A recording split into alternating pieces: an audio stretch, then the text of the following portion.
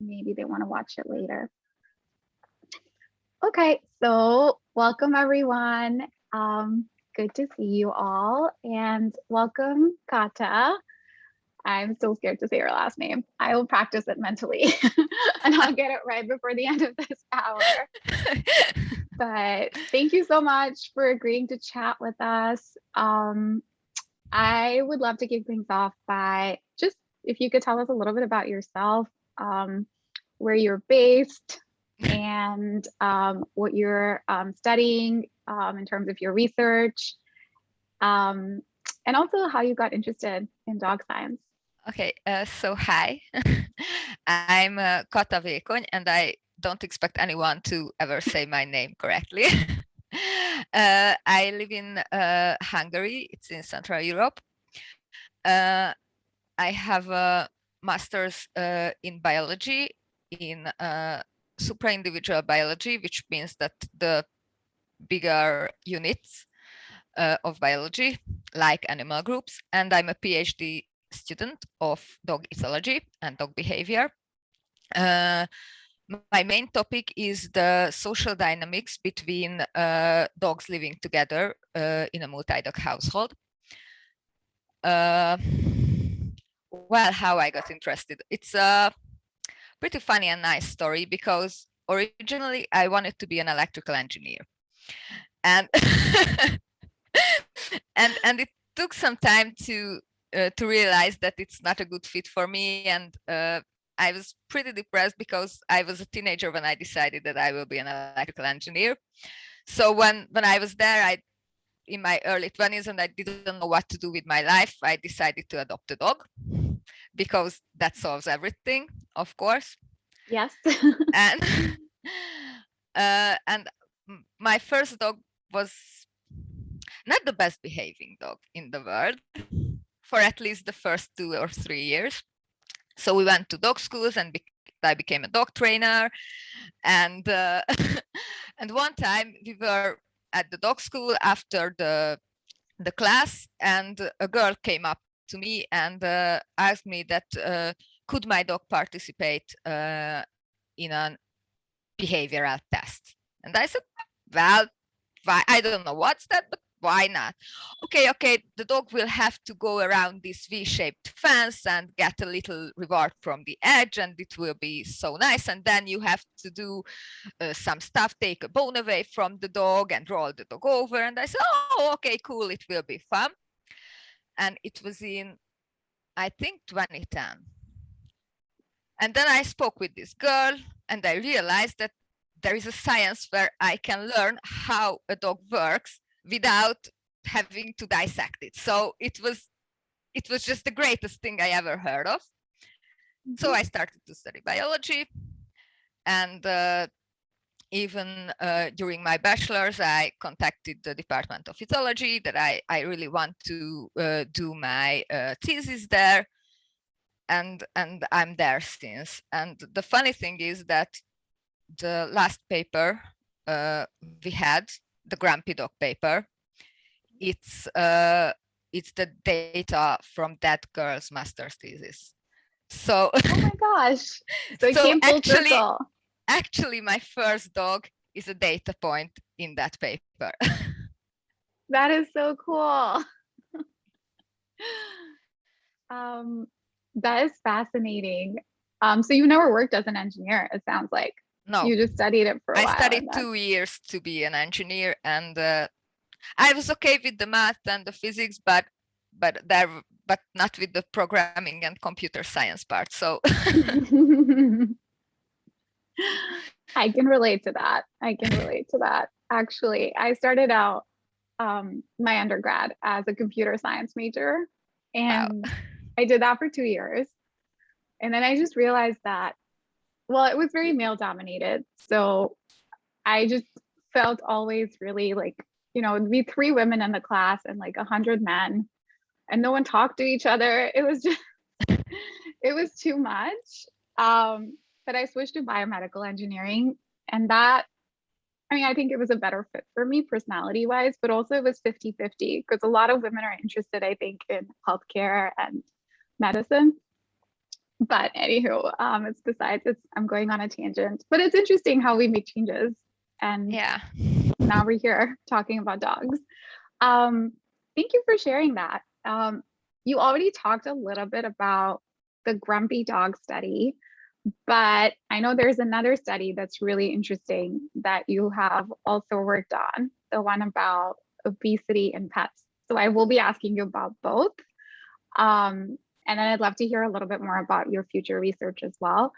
But I guess let's get started with the grumpy dog study. And I mean, it's such a cute name because when I did the research, I was like looking on PubMed for studies and about intelligence in dogs. And then this paper pops up that's called the grumpy dog study. It's very eye-catching.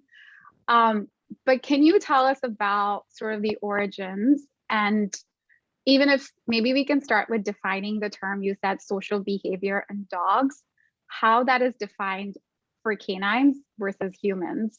Because I think a lot of times we apply human definitions to how we describe dog behavior. So just to put us all on the same baseline, I think that would be helpful. So let's start with the very widely and mostly misused term dominance, because I don't know much about psychology, but I know that in human psychology and in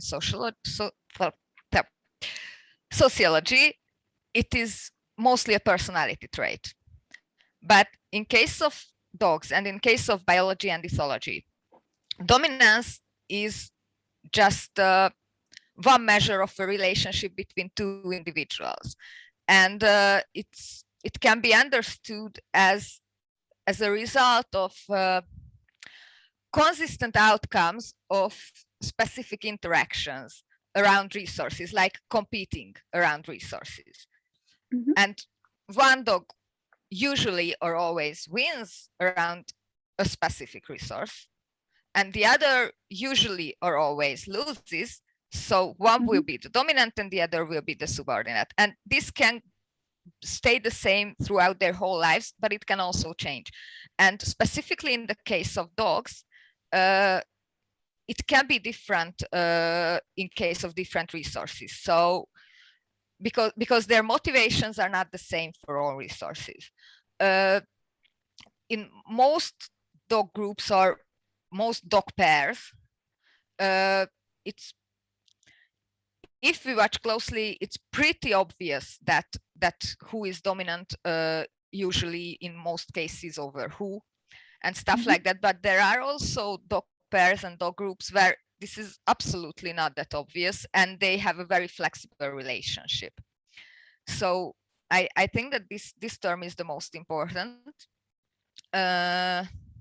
Also, I know that in case of temporary dog groups, like in daycare groups, where the dogs know each other, but they go home separately, we can also observe this kind of dominant and subordinate stuff, but not for the whole group and not for all dog pairs. And there are many interactions that are very friendly, but neutral in terms of dominance versus subordinance.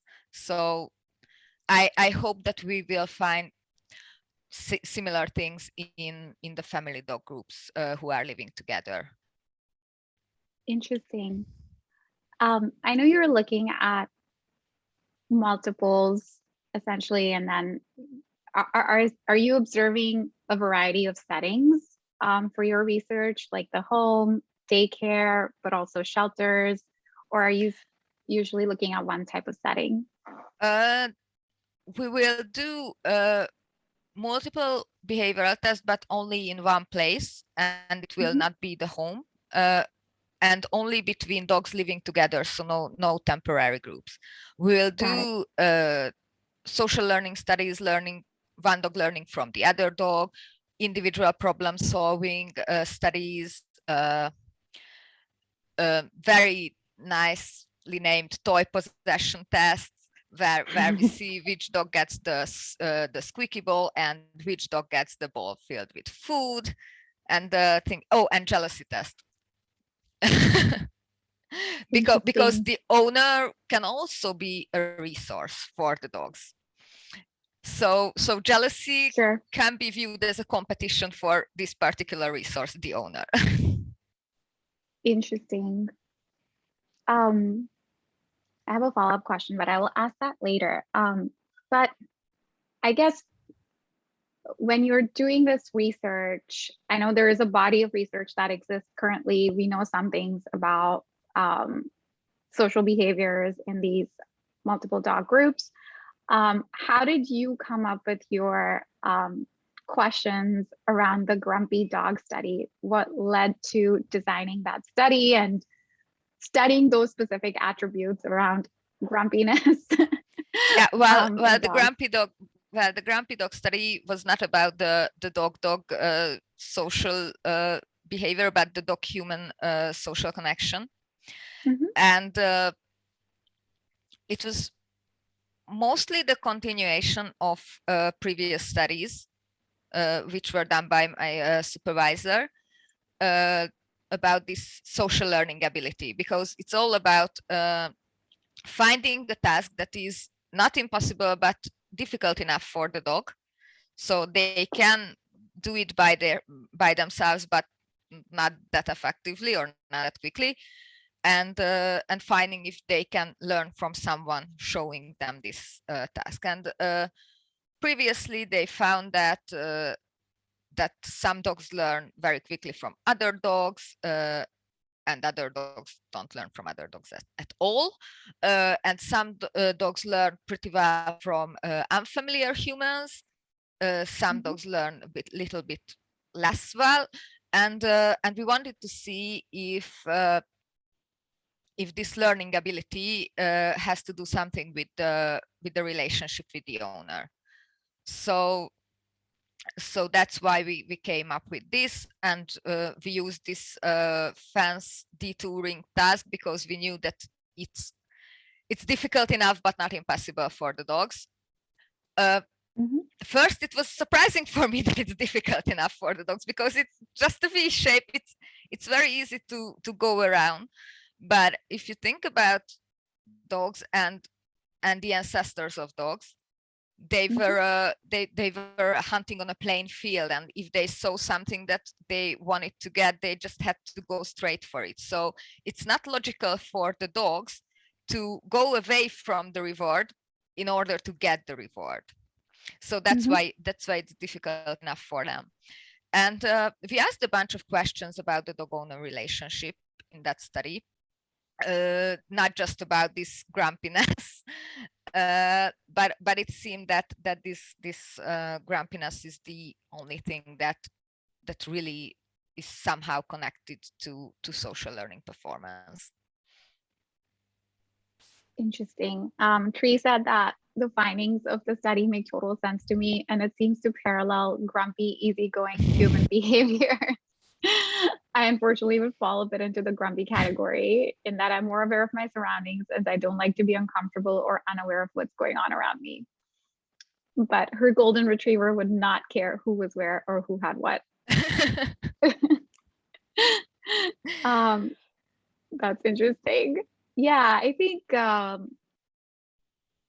to attribute very high intelligence to my dog, but when I was reading that, I was like, my dog probably falls into the grumpy dog category too. Yeah, one of my dogs also. Actually, when animals asked for a picture because they wanted to put this study on the front of their, I think, April issue, then I just sent a picture of my own dog. We didn't have very good quality pictures from the test, so I just wanted to find a good grumpy dog picture, and I actually had a very grumpy picture of my dog. It's interesting, I guess. Do you think there are other attributes based on what your next study is that you will be studying to support your findings, or are there other questions that came up based on the results of this study? Well, one question that came up, and that is actually connected to my main PhD topic, is that a previous study found that in multi-dog households, dominant dogs learn better from humans, and subordinate dogs learn better from dogs. But in these cases, both the human and the dog was unfamiliar for the dogs that participated. So as we found that grumpier dogs learn better from unfamiliar humans, we really want to see if there's a connection between this grumpiness and being the dominant one in the household, because and not necessarily in that direction that the grumpy dog will be more dominant, but more likely in that direction that the dog who always wins competitions for resources just gets used to that things are always going their way, and they will be a little bit more, let's say, impatient towards frustrations, and they can become these grumpier dogs. So I really want to see if there's a connection like that. Also, we really want to see how other personality traits might associate both with the social dynamics and both with the social learning ability. That's why we use the K9 Big 5 personality questionnaire, because that's a validated personality questionnaire. We also want to see if there are breed differences, because and not breed differences like, okay, a golden retriever will be like that and the border collie will be like that, but more like the functional breed selection. So dogs who were bred to work in close visual contact with humans, and dogs who were bred to work more independently from humans. So like sled dogs for the independently working dogs, and border collies for the visual connection working dogs. And with I guess, is the question there to see if certain, I guess, how we functionally selected these breeds to become what they are, if that will support like how they work for us, I guess if you could elaborate on that a bit. For the functional breed selection, there are two types of questions. The first one is this social learning from humans and from dogs, because I expect that dogs who were bred to work in close cooperation with humans will learn better from humans, at least. And most independently working dogs were historically kept in packs or in bigger groups, because dogs not live in packs, but that's another question. So in bigger groups, so they are more likely to be wired to pay attention to other dogs' actions. But also in case of this dominance dynamics and rank dynamics of dogs, I would expect that dogs who were bred to work with humans, they were usually only kept one or two dogs. So, and the other ones, as I said, they were kept in groups. So I would expect that dogs who are historically kept in groups, they will have a more obvious and more stable hierarchical structure in a multi-dog household.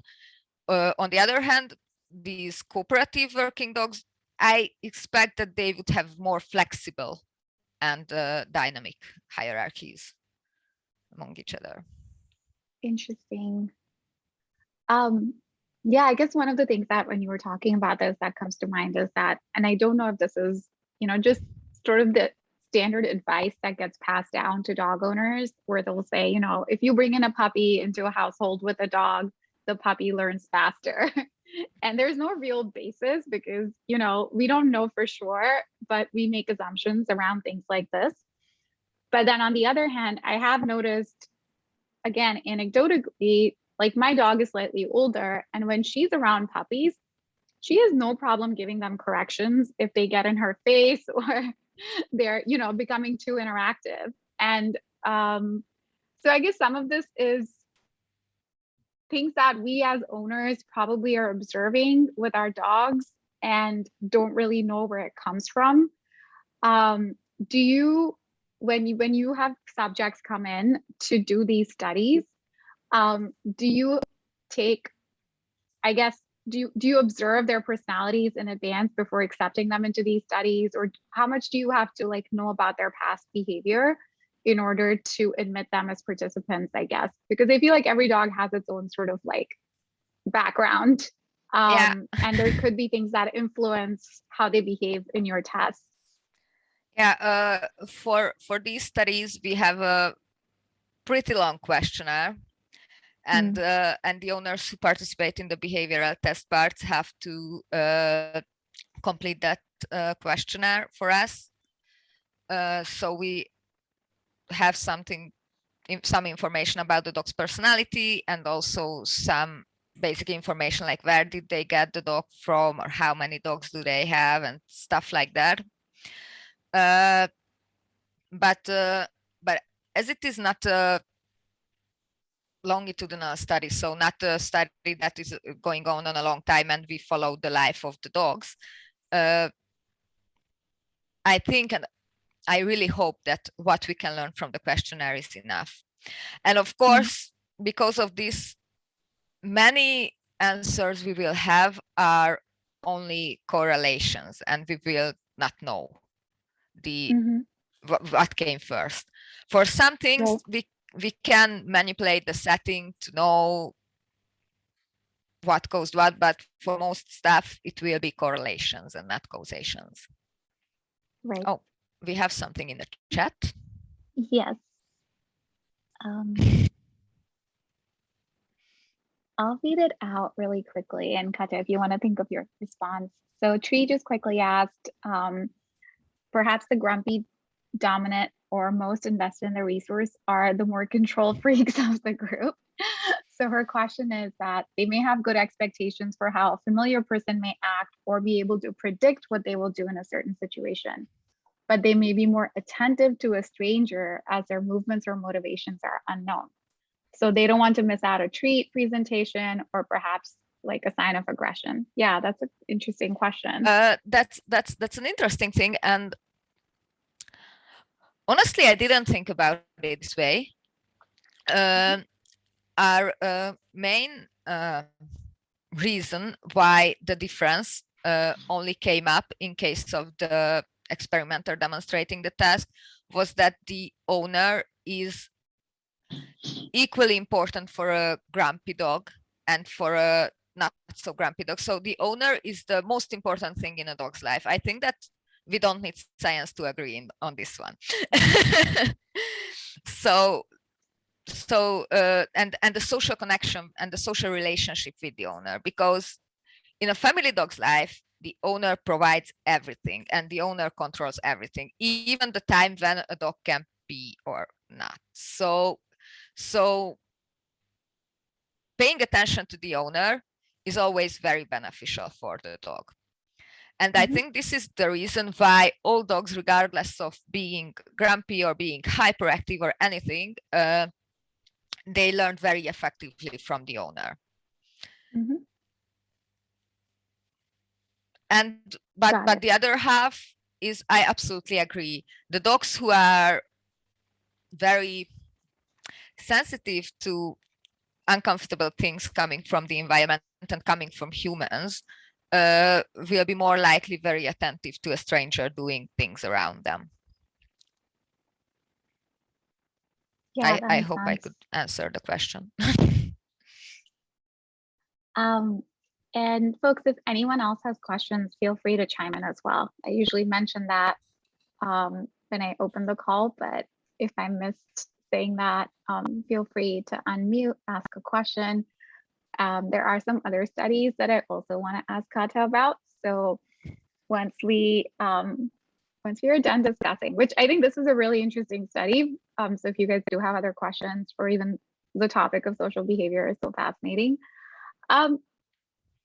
I guess in terms of as a dog owner yourself, Kata, when you're doing these studies and these findings are coming out, if there's a takeaway for dog owners who currently have multiple dog households and or are thinking about introducing a new dog, if there's something that you think based on this study and the prior work that they can be more aware of or more sensitive to, is there such a finding that you think could potentially influence how they live with their dog or train their dog or interpret their dog's behavior? Well, as this study was not about multiple dog households, I think that the takeaway from this is for all dog owners, be it single or multiple dogs, is that, yeah, when you have a grumpy dog and you cannot bathe it and you cannot clean his ears and stuff like that, that can be really annoying. But first of all, that dog is not being bad. It's very, very sensitive for uncomfortable stimuli from the environment. And on the other hand, just see the silver lining. You have a very, very smart dog who pays very, very keen attention on the environment and can learn very, very well. So it's not just all bad dogs and good dogs, I think.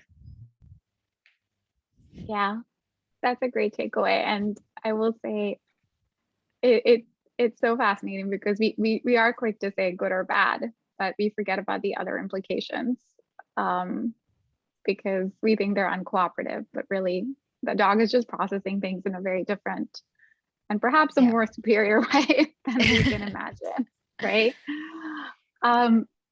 Cool, thank you. Thank you for sharing that. I would love to talk a little bit about your other study, the one around obesity.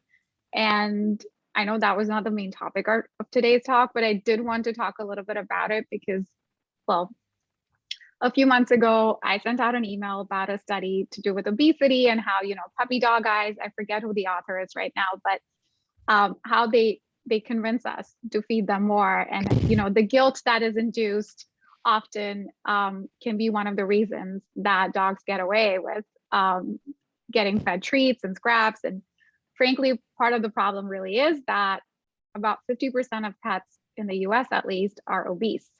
And so it's definitely a very real problem out here. And I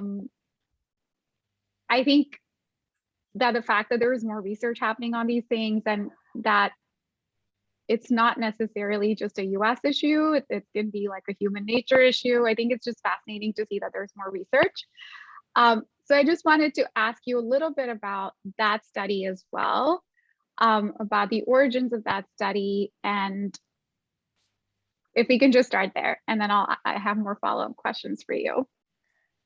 Okay, well, that study, actually, I just jumped in to that study.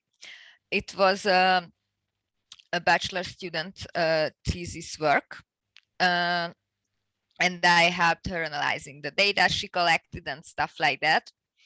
So it was something like practice work to become a PhD student for me. Yes. Luckily, my own dogs are not obese. My brother's dog and my father's dog, that's another question. Well, I think that what is interesting is that any type of dog sport on any level significantly decreases the risk of obesity. And by any level, I mean just running once a week or stuff like that. One other important but not surprising thing is that the risk of obesity with age goes up, and it like skyrockets in the older age group. And I know that when someone has an older dog, because I also had an older dog, it's easier to not move that much, even if the dog doesn't have health issues. When they have health issues, it's just impossible to move that much. But it's important to keep them active, even in their old ages. And also, not my study, but someone in our department works on senior dogs. I think you might have heard of Annick Kubinian, of her Senior Dog Project, but I know from her that calorie deficit is not only good because dogs won't get obese, but it's also elongates lifespan and also health span of the dogs. So that is another important thing. Oh, and the surprising thing was that dogs who got raw meat, and not just the fancy raw meat diets, but raw meat with on any even just once a week or once a month, they seem to be less likely to be obese. And I was thinking about it, that why can it be? Why can it be? And then I realized that if there's someone who takes the time to make a mess in their kitchen, to work with raw meat, which can be disgusting, to be honest, it's very possible that they have other ways as well to take care of their dogs. So so it's most likely a very indirect connection. But I think that this is why we found this. That is a really great point. And yeah, anecdotally, actually, one of my good friends who once a month on a Sunday, she bought a meat grinder in a tiny New York apartment. And she's practically vegan herself, but she will make, and her dogs are the fittest dogs we know. So that's a really interesting correlation. I guess in terms of actually, I'll just gonna read off Tree's comment / question here for you. She said, regarding your study on canine obesity, I've often wondered if many dogs become overweight due to their owners compensating food for attention and exercise.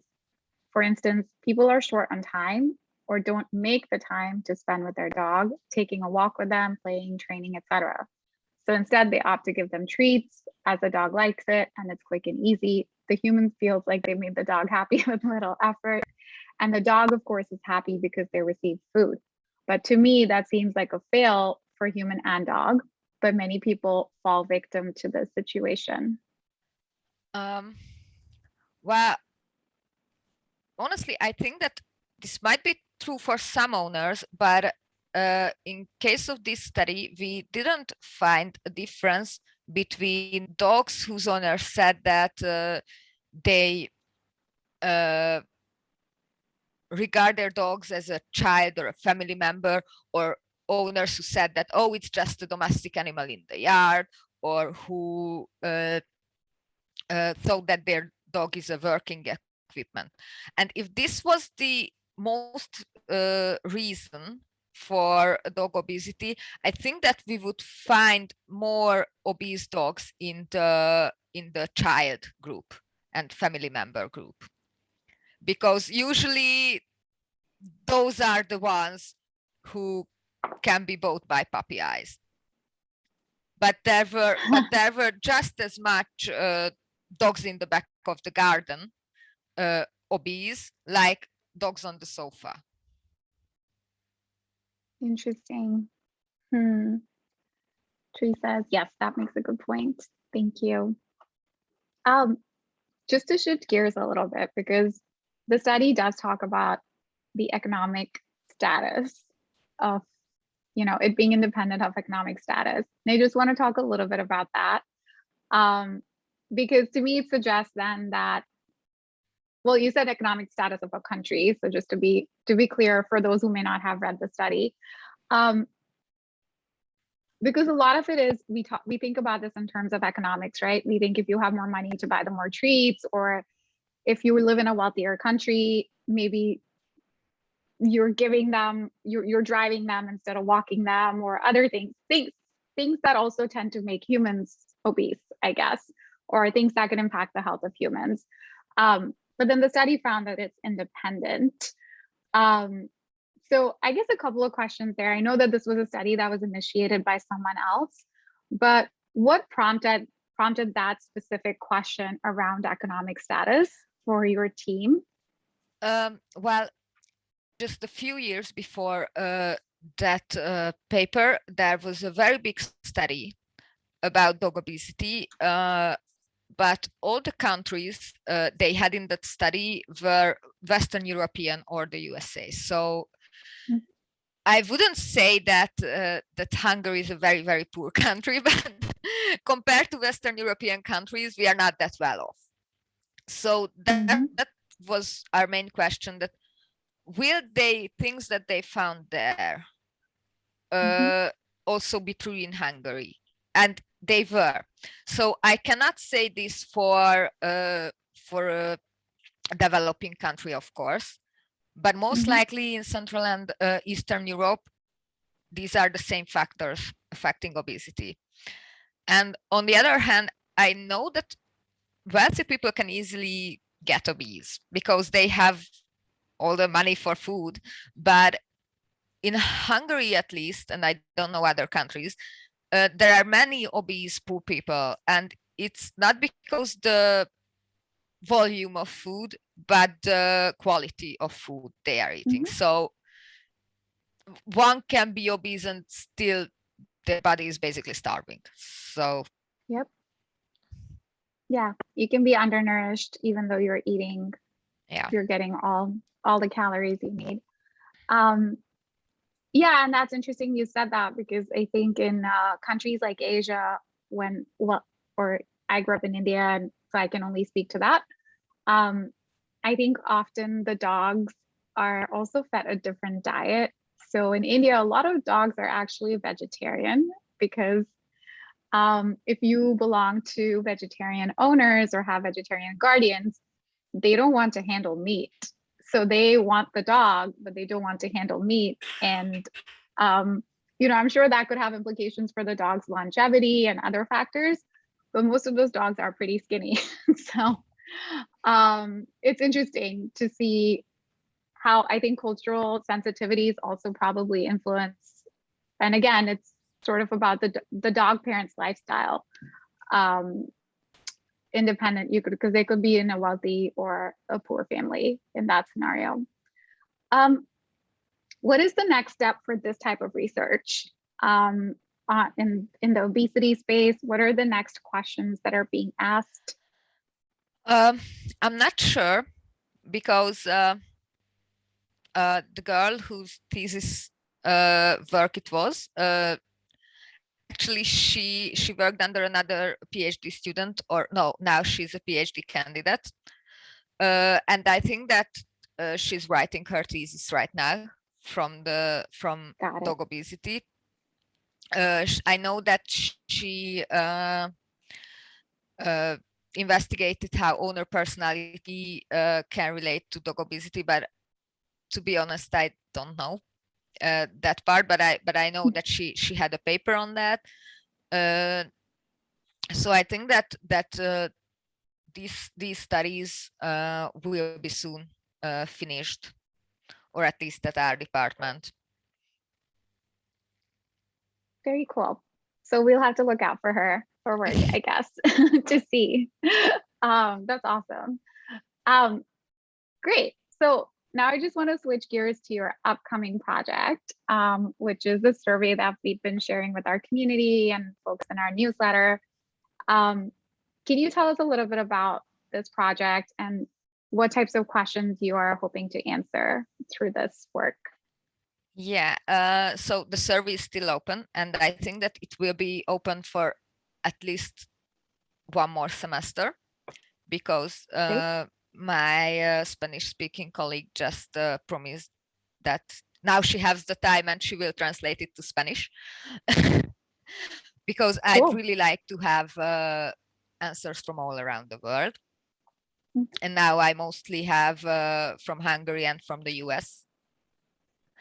I'm right now working on a paper from that survey study, how personality and rank dynamics between dogs associate.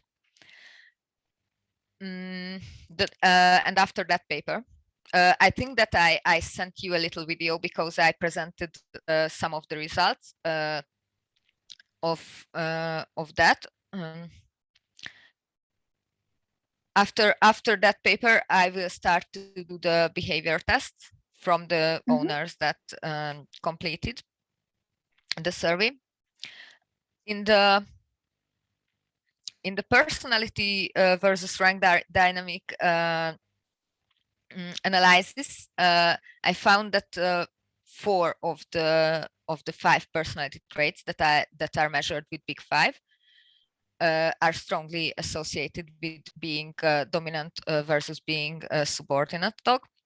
Interestingly, neuroticism or emotional stability was not associated. So it doesn't matter if a dog is neurotic or not in case of being the dominant one between 2 dogs. But more extroverted dogs, more conscientious dogs, and more open to new experiences or intellectual dogs, more sophisticated dogs are more likely to be the dominant ones. But agreeableness, which is pretty similar to being grumpy, had a negative association with being the dominant one. And also there were some dogs who, so I measured dominance with a very, very easy equation. There were 8 questions about dog-dog interactions, and they either got +1 for being dominant in that interaction, or -1 for being subordinate, or 0 if the owner replied that it depends on the situation. And I just averaged them. And then they got a score between 1 and -1. And I found some dogs who lived together and got the same score. In case of 2 dogs living together, they both got 0 as an average. In case of, I don't know, 3 dogs, sometimes the second and the third dog, or it was a tie, they all got a same non-zero score. And I looked at their personalities, and it seemed that there is no significant difference between the dogs' personalities when they got the same score. So of course it doesn't mean that they are absolutely similar and they are the same dog, but there is no significant difference in these personality traits in those dogs who got the same score. Is that also potentially an indicator of flexibility? Because I know you had mentioned flexible behaviors previously. So could it be they take turns being dominant? Basically the dogs who got the same scores are these flexible dynamic dogs. And it seems like that if they are so similar in personalities, they are more likely to be flexible. Interesting. So that could mean that could be something important for dog ownership, right? Because I think of people who do foster to adopt, and so you're able to, bring the dog home and see how they interact with your other dog. It could be something we look out for. If they're more flexible around each other, hopefully that means that relationship will be somewhat, I guess I don't want to use the word equal because that's not what you're saying. Well, to be honest, this flexible hierarchy sounds very, very good on paper. But in case of wild animals or even free-ranging dogs or pariah dogs, when this hierarchy is very stable between the dogs and very clear, there are less conflicts between the dogs. And when it's not that clear, then the dogs have more conflicts. And it's only because, if I know that you always have the ball and you always have the food, that I won't bother you when I see that the ball is in your mouth. But if they don't know, because it changes from situation to situation, there can always come a situation when it will cause a conflict. So I think that from the questionnaire, we will also analyze this, that if there are conflicts between the dogs, and if there are more conflicts if their scores are closer together, or not, because it's very interesting. There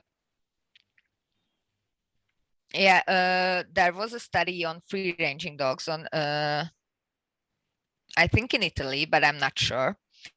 When they found that there were no conflicts between the dogs, where it was very, very clear that that one is the dominant one, and in the middle of the group there was a mess. No one knew who is who, and there were more conflicts in those dogs. That's fascinating. So basically, it's exactly the opposite of what I was thinking. It's essentially, if they know, then they'll actually work better together. Yeah.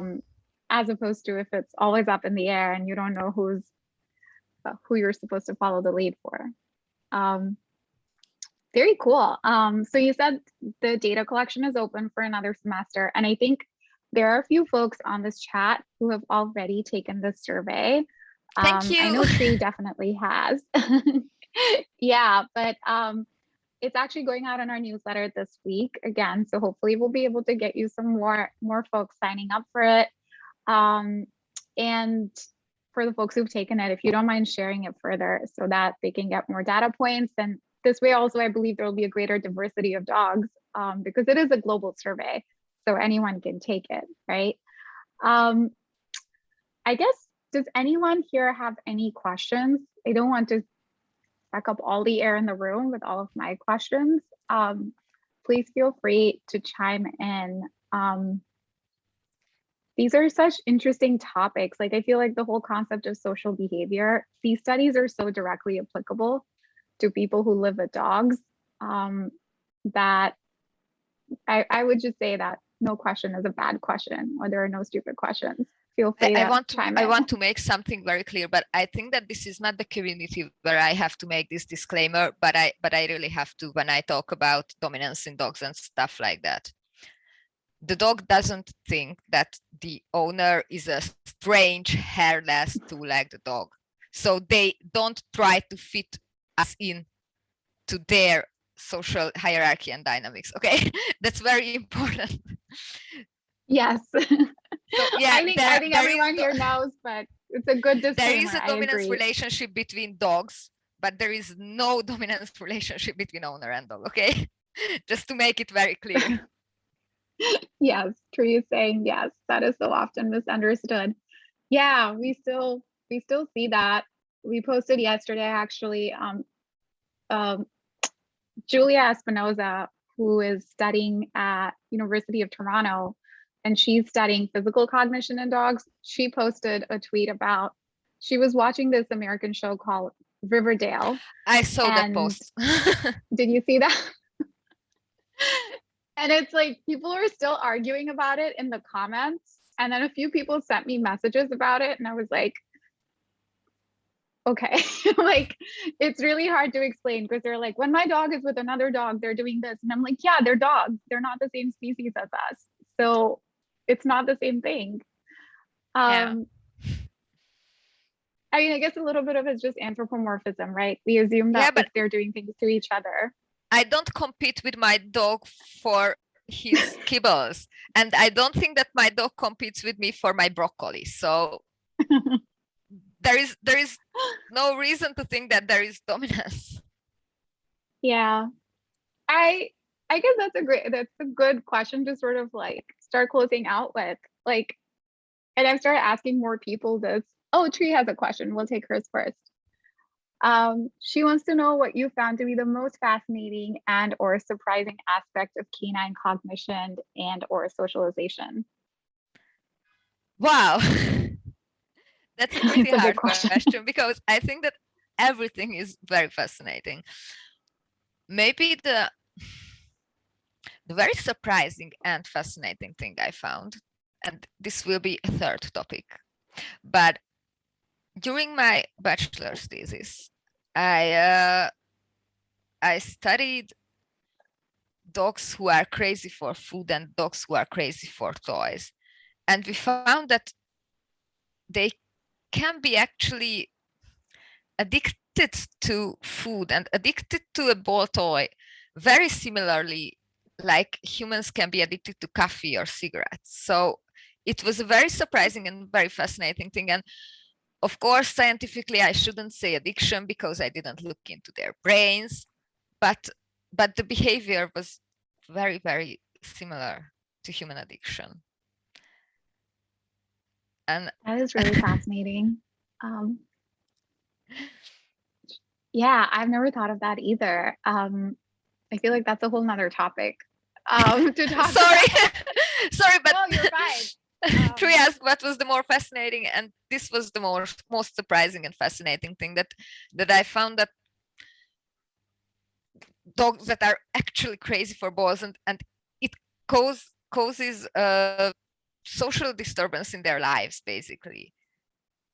Because in case of food addicted dogs, it's very obvious that the disturbance is being obese and stuff like that, and maybe eating the owner's hand together with the treat.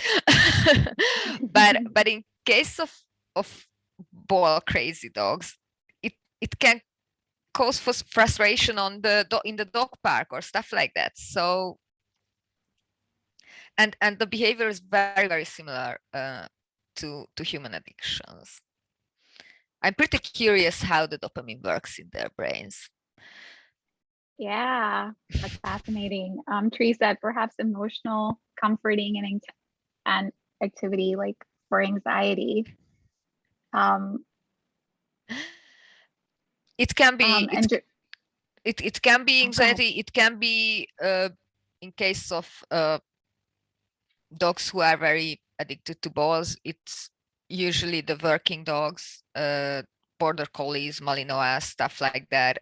They are always on a very, very high level of excitement and arousal, and playing with a ball is just feeding that level of excitement and arousal. And it's like I don't know how would you say in English. I don't know if you have that that phrase that the snake that bites its own tail, when it just goes around and around. So excitement, ball, more excitement, more ball, and stuff like that. It's just like feeding itself over, and because it's like, yeah, it's like a dopamine loop of some sort. I don't know if that's in case of real addiction, accurate. it is. Yeah, I guess it would be fascinating to study their brains, but hard because you can't strap on an MRI on a dog when it's running after a ball. Actually, at our department, we have dogs trained for wake fMRI. So very cool. But very few dogs, because it's a long training process, because they have to be comfortable lying there for 5 minutes with all the sounds and stuff like that. But we have some fMRI studies with dogs who are awake, and I think that it's fascinating, and I wouldn't have the patience for that, because it's actually a really long process to have like 8 dogs who you can test in an fMRI, and it's a very, very small number. And yeah, and also it would have to be things that are more static versus dynamic. Like you could maybe do food addiction, but chasing a ball, you can't really strap something onto their head. So that would be harder to prove out. And Tree agrees. Josie has one comment that I'll read out before we start closing out. She said that her friend always said that my dog acts like a drug addict when he wants treats. That's interesting. Yeah. I guess maybe addiction will be a new sort of area to explore. I can send you the paper about this addiction study. I think that it was 2017 or 2018 when it came out. I was not on that paper because I was just a bachelor student back then, but I did the behavior test for that. And it was so funny. I know I shouldn't laugh, but oh my God, those dogs were so funny. When we closed the treat in a cage, which they couldn't open, and they fought really, really hard to get the treat, and oh my God, they were so funny. Of course, at the end of the test, they got the treat. We don't torture dogs, don't think that. But for 2 minutes, they really, really fought hard for that treat. Oh, wow. Yeah, I would love to see that. And I'd be happy to share with the community as well if folks want to see that study. Very cool. Well, Kata, thank you so much for chatting with us, for, just in general, these topics are so fascinating that I think it's really cool to be able to hear from you firsthand about your research and also just where is all of this going and how can we start applying some of this work to our lives. So just want to say thank you. Thank you for inviting Um, me. yeah, of course. And we'll definitely be sharing the survey, and it's going out in the newsletter. So hopefully, we'll get some more signups for that. Thank you. And yeah, would love to have you come back and tell us about the results of future studies as well. Um, it's always really fun to see when you participate in something to see what comes out of it. So Thank you. I look forward to Thank you having so you much. back at some point. Yeah. And I know it's a Sunday, so I'm going to let everyone go on time. Thanks everyone for joining. And for the folks who will be watching later, um, I will post Kata studies in the community as well. So you guys can watch and read along if you'd like. But I'll go ahead and close things out. Have a good rest of your weekend, everyone. And I hope to see everyone very soon.